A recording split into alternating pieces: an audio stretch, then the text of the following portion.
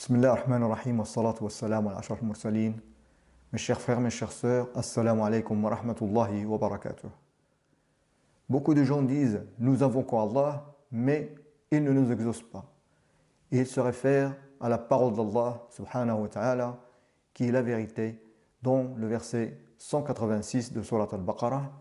Bismillah ar-Rahman ar-Rahim. Wa idha sa'alaka ibadi anni fa inni qaribun ujibu da'wata ad-da'i idha da'an. L'une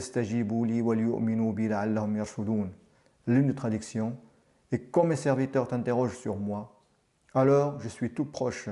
Je réponds à l'appel de celui qui m'invoque quand il m'invoque, quand il répond donc à mon appel et qu'il croit en moi afin qu'il soit bien guidé.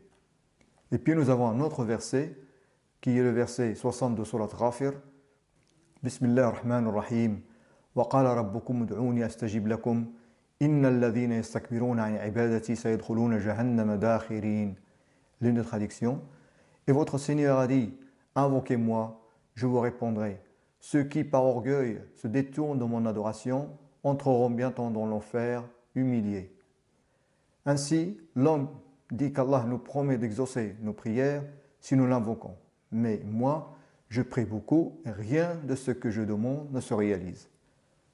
De ce que l'on peut dire dans ces situations, c'est que l'homme doit se contenter de ce qu'Allah lui a attribué et continuer à prier et ne pas se montrer ingrat envers Allah, car les bienfaits d'Allah sont innombrables. Et nous devons savoir que le fait que nos prières ne soient pas exaucées, c'est peut-être ça la réponse en soi à ce que nous avons demandé. Car Allah sait mieux que nous ce qui est bon pour notre situation. Et l'invocation de dua a des conditions pour qu'Allah nous exauce. Et même si ces conditions sont réunies, la réponse d'Allah prend l'une des formes suivantes, comme mentionné dans le hadith. D'après Abu Sa'id al-Khudri, qui rapporte que le prophète Muhammad sallallahu alayhi wa sallam a dit « Tout musulman qui invoque Allah sans que cela ne concerne un péché ou une rupture des liens de parenté, Allah lui accorde l'une des trois choses suivantes. Soit il exauce son invocation immédiatement, soit il la réserve pour l'au-delà, soit il détourne de lui un mal équivalent. Nous devons donc tirer profit de ce hadith selon lequel, lorsque nous invoquons Allah, la réponse sera soit une récompense immédiate de notre invocation et Allah réalise ce que nous avons demandé, que ce soit pour obtenir une bénédiction ou repousser un malheur, soit il la réserve pour l'au-delà, et Allah subhanahu wa ta'ala la diffère afin qu'elle soit pour nous une récompense le jour de la résurrection, que ce soit en atteignant les plus hauts degrés ou en nous sauvant d'une punition.